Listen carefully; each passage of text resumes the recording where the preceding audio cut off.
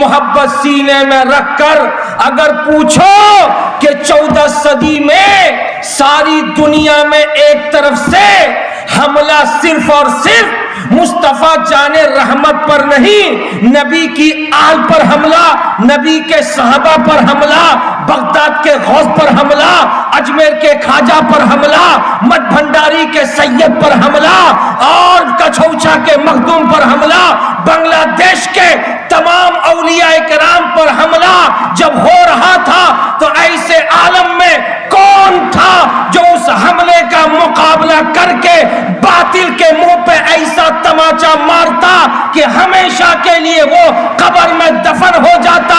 تو ایسے عالم میں بہادر بن کر، سپاہی بن کر، سرکار علی مرتضی کی ذوالفقار حیدری بن کر، جذبہ حسین پاک لے کر، حسینی سادہ حسین اور حسن کی محبت لے کر کھڑا ہونے والا بریلی کا ایک تاجدار، نقی علی کا بیٹا بن کر، رضا علی کا پوتا بن کر احمد رضا جب کھڑا ہوا اور کھڑا ہو کر کے کہا نادان تم نے سمجھا نہیں ہے، ابھی غلام رسول احمد رضا زندہ ہے، احمد رضا جب تک رہے گا باطل کو منہ اٹھانے کا موقع نہیں ملے گا، اٹھایا تھا تلوار اور کہا تھا یہ رضا کے نیزہ کی مار ہے کہ عدو کے سینہ میں غار ہے، کسے چارہ جوئی کا وار ہے کہ یہ وار وار سے پار ہے۔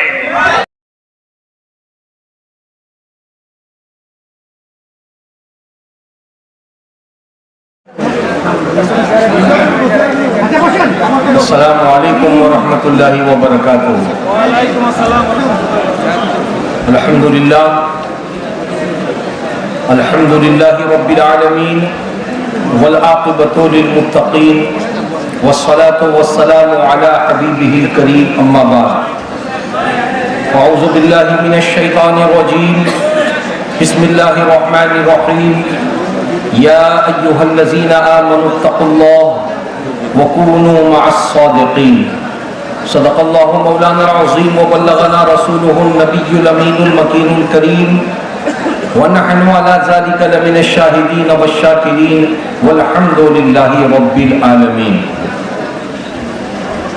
منبر شریف پر براجمان آل رسول دلبند بطول حضور سید سیف الدین صاحب قبلہ الحسنی والحسینی، خطیب اعظم بنگلہ دیش حضرت مولانا ابوالقاسم صاحب نوری اور دیگر معزز علماء کرام، خطباء اسلام، بنگلہ دیش کے سنی مسلمان، یہ وقت بہت نازک وقت ہے۔ اس نازک وقت میں تقریر کرنا اتنا کٹھن ہے کہ تلوار کی دھار پر چلنا آسان ہوگا، اس نازک وقت میں تقریر کرنا مشکل ہے۔ ماحول بڑا اچھا چل رہا تھا، تمام طرف شانت تھا، بات مدینے والے کی ہو رہی تھی، اور بات کرنے والا کون؟ بات کرنے والا وہ خوش نصیب مسلمان جس کے اوپر بغداد کے غوث کا بھی سایہ، اجمیر کے خواجہ کا بھی سایہ، کچھوچا کے مخدوم کا بھی سایہ، مج بھنڈاری کے آل رسول کا بھی سایہ، شاہ جلال کا بھی سایہ، شاہ امانت کا بھی سایہ، سرکار امام احمد رضا خان 14 صدی کے مجدد، جن کو نہ صرف ہندوستان، نہ پاکستان، نہ بنگلہ دیش بلکہ ملک عرب کے ہزاروں مفتیان کرام نے سرٹیفکیٹ دے کر کہا 14 صدی میں اگر کوئی بڑا سنی عالم ہے تو وہ امام احمد رضا خان بریلی کا تاجدار ہے۔